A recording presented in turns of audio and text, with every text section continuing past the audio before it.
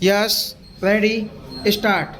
I should like right at the beginning to say that I welcome the amendment which was proposed to the draft resolution by the Foreign Minister of United Arab Republic. The amendment makes effective changes, but I think it is a happier way of putting forward the idea contained in the resolution. When I had the privilege to put forward the resolution from 5 nations before this assembly, I expressed the hope that it would be accepted unanimously. It did not seem to me reasonably possible that any member of this assembly could object to the resolution.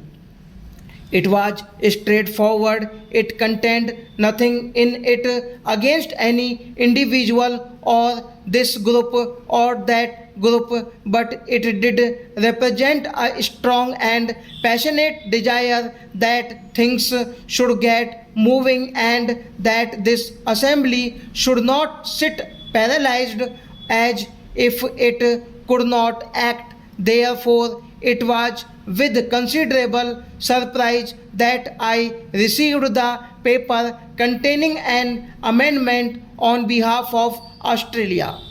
I read it with care. I found some difficulty in understanding it, and the more I read it, the more surprised I was that any member of this assembly should have put this forward as an amendment. I venture to place before this assembly my reasons for this. First of all, it seemed to me quite patently that it had nothing to do by way of amending the proposition which we had put forward. It is not an amendment. I do not perhaps know the rules of this assembly, but it is not an amendment. It may be, of course, a separate resolution in some form or another, and might have been brought forward and considered by this House. If it was so considered, I could have had much to say about it and against it.